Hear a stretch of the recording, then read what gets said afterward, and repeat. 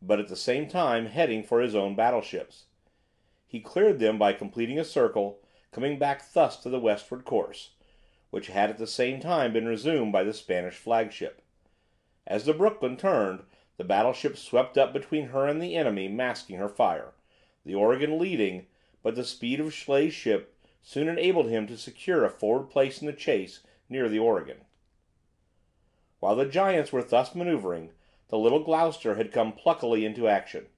Running in close under the Morro batteries, Commander Wainwright had fired some shots at the enemy's cruisers. Then, realizing that his light guns could do them no vital harm, he almost stopped his way on his ship and waited to engage the destroyers. Out came the Furor and Pluton, turning eastward as they cleared the entrance, and dashing for the Gloucester with a mass of foam piling up over their bows.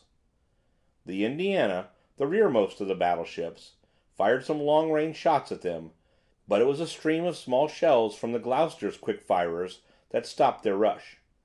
The Furor was soon drifting toward the cliffs, enveloped in clouds of escaping steam. The Gloucester's fire had killed her helmsman, wrecked her steering gear, and cut up several of her steam pipes, making her engine room uninhabitable. The Pluton, not so badly crippled, but with her hull penetrated in several places, was next turned back. The New York, hurrying up from the eastward at the sound of the firing, escorted by the torpedo boat Ericsson, fired on her at long range. The Pluton kept her engines going just long enough to drive her ashore under the Zacapa cliffs. The Furor sank before she could reach the land. There was now a running fight. The four Spanish cruisers steaming westward close to the wooded shore, the American ships following them up and pouring in a deadly fire from every gun that could be brought to bear. It was soon evident that the Spaniards could not get up anything like their trial speed, and their gunnery was so defective there was small chance of their stopping any of the pursuers by well-aimed fire, or of even of inflicting any appreciable loss or damage on them. The Maria Teresa was the first to succumb. As she led the line out of the harbor, she had received the converging fire of the American ships, but she had not suffered any serious injury. Until the American ships got up full steam, the Spaniards had gained a little on them. An Englishman, Mr. Mason, who watched the cruisers from a hill near Morro, till at 10 o'clock the curve of the coast westward hid them from view, thought they were successfully escaping. So far as he could see, they had not been badly hit, and none of the Americans were yet abreast of them. But soon after the ships disappeared from the point of view near Morro, and when the Maria Teresa was only some 6 miles from the entrance, she suffered a series of injuries in rapid succession that put her out of action. It was the secondary armament of the American ships, the guns of medium caliber, that proved most effective in the running fight. It appears that the big 13 and 12-inch barbette and turret guns only made 2 hits in the whole day. 2 12-inch shells, fired simultaneously from a pair of guns, struck the Maria Teresa just above the waterline on the port side aft, and below her stern turret. They burst in the torpedo room, killing and wounding everyone there, blowing a jagged hole in the starboard side, and setting the ship on fire. An 8-inch shell came into the after battery and exploded between decks, causing many casualties. A 5-inch shell burst in the coal bunkers amidships, blew up the deck, and started a second fire. Another destructive hit was made by an 8-inch shell a few feet forward of the course where the pair of 12-inch shells had come in. The official report thus describes its course. An 8-inch shell struck the gun deck just under the after barbette, passed through the side of the ship, and exploded, ranging aft. The damage done by this shell was very great. All the men in the locality must have been killed or badly wounded. The beams were torn and ripped. The fragments of the shell passed across the deck and cut through the starboard side. The shell also cut the fire main. Shells from the lighter artillery of the American ships riddled the funnels and cut up the deck houses. One of these shells, bursting near the forward bridge, wounded Admiral Cervera slightly in the arm. He had come outside the conning tower the better to watch the progress of his squadron. The armor belt had kept the waterline of the ship intact, and her barbettes and heavy guns were also protected efficiently by the local armor. But the enemy's shell fire had told on the unarmored structure, inflicted heavy loss, and started two serious fires. All efforts to get these under failed. The blazing tropic heat had scorched the woodwork of the ship into tinder. The movement of the vessel produced a draft that made the burning bunkers and decks roaring masses of flame. The men were driven by the heat from battery and engine room. The Maria Teresa, with silent guns and masses of black smoke ascending to the sky, was headed for the land. At 10:15 she drove ashore at Nima Nima, 6½ miles west of Morro Castle. Some of the men swam ashore, others were taken off by the boats of the Gloucester, which came up just in time to help in saving life. Commander Wainwright had to land a party to drive off a mob of Cuban guerrillas who came down to the shore and were murdering the hapless Spaniards as they swam to the land. One of the Gloucester's boats took out of the water Admiral Cervera and his son, Lieutenant Cervera.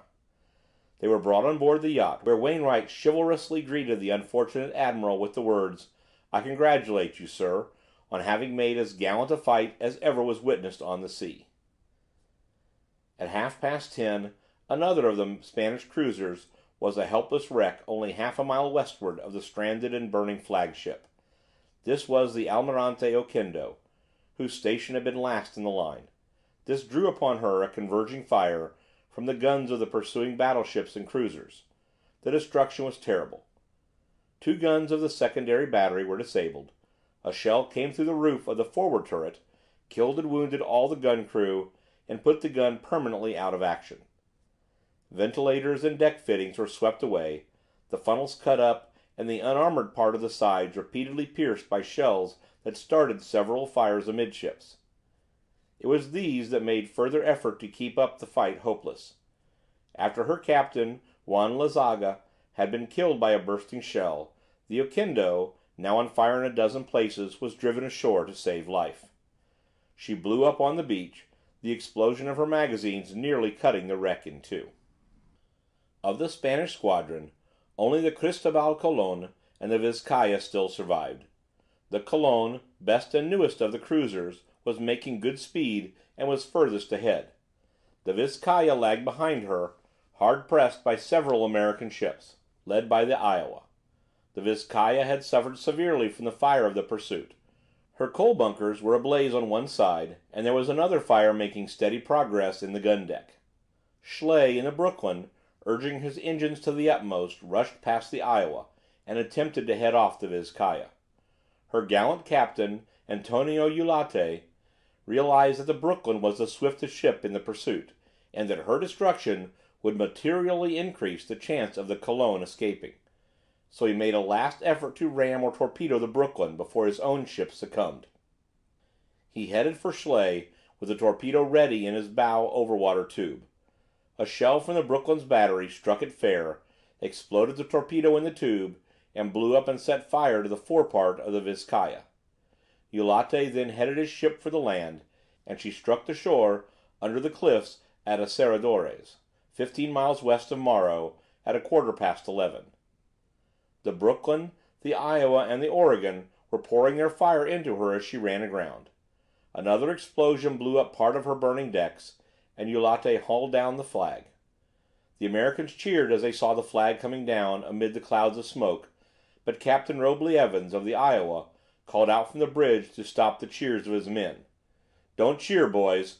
Those poor fellows are dying," he said. Evans, with the Iowa, stood by the burning ship to rescue the survivors. The Colon alone remained. She had a lead of a good 6 miles, and many thought she would escape. The Brooklyn led the pursuit, followed closely by the battleships Oregon and Texas, and the small cruiser Vixen, with Sampson's flagship, the New York, far astern, too far off to have any real share in the action. On her trials the Colon had done 23 knots.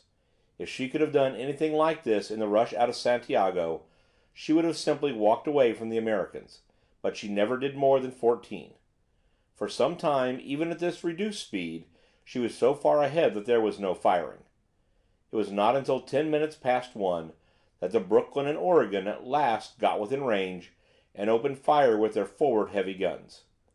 The Colon, with her empty barbettes, had nothing with which to reply at the long range. In the earlier stage of the fight she had been hit only by an 8-inch shell, which did no material damage.